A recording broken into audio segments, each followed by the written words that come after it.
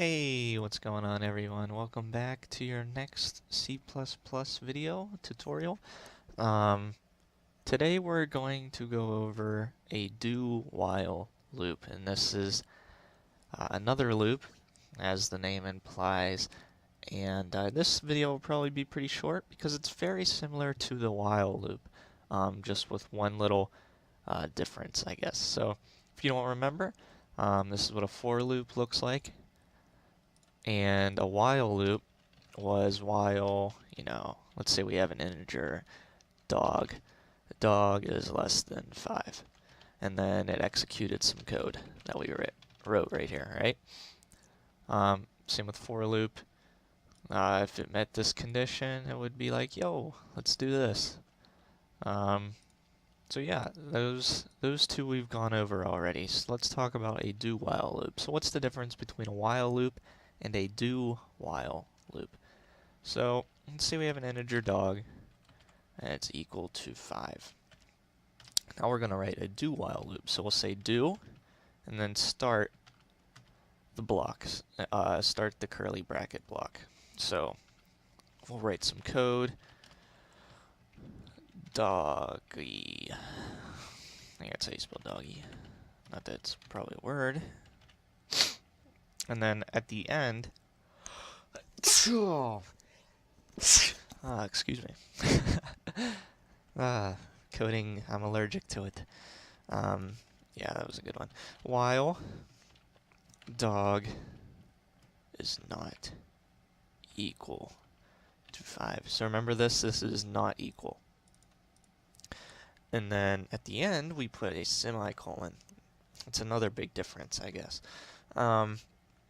So this is what it looks like. It says do some code, what you want to execute, and then a condition. So what happens here? Well, if it were a regular while loop, and we put while dog does not equal 5, and then we put some code here, it would look at this and say, wait, dog is equal to 5, therefore we're not going to run this. We're going to skip this loop entirely because this condition wasn't met. What's different between that and the do while loop is it runs it at least once. It goes ahead and runs it, and then at the very end it checks the condition. So we'll see what I'm talking about here. And I'll actually put an ending here so we see that. Okay. So see what it does. It says doggy and then the end. So it went ahead and ran this, and then it checked. It said, wait, dog is not equal to 5. We're done here. Now if we had dog equals 6, this would just continuously run because it would never equal 5, and we're not changing the value of dog, so it would just endlessly loop, and that would not be good. It would make your computer crash the program. So a little visualization that I found online, good one, is this one right here. So it says, this is the diagram of the flow, I guess. It says do, and it'll do the code block, what we wrote in the block. It'll execute that code, and then it'll look at the condition, and it'll say, well, if the condition is true, we'll go back up to the code block, run it again, then check the condition, and continuously go unless the condition is not met. The condition is false. So no matter what, it'll run it at least once, and it'll run it more if this condition is met. So let's say dog is equal to 6, not 67, and then we'll decrement. We'll subtract 1 here. So dog is going to equal 6. It's going to say doggy, and then it's going to subtract 1. Actually, let's make this 4.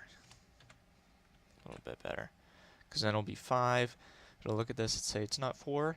It'll do it again, and it'll say, oh, it is 4 next time around, and it'll end. So it should say it twice. And that's exactly what happens.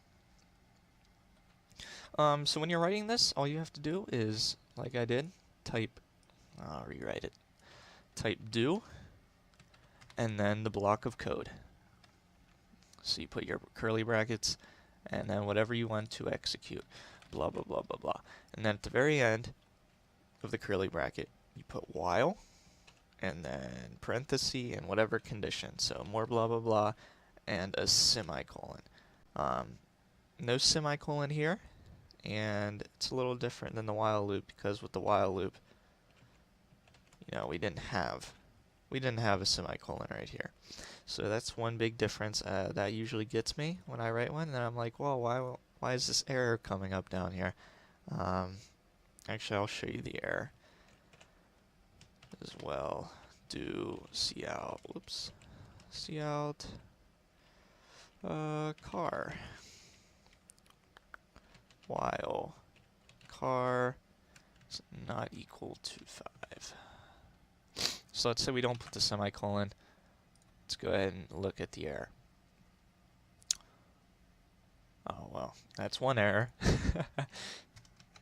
There we go. Car was not a variable.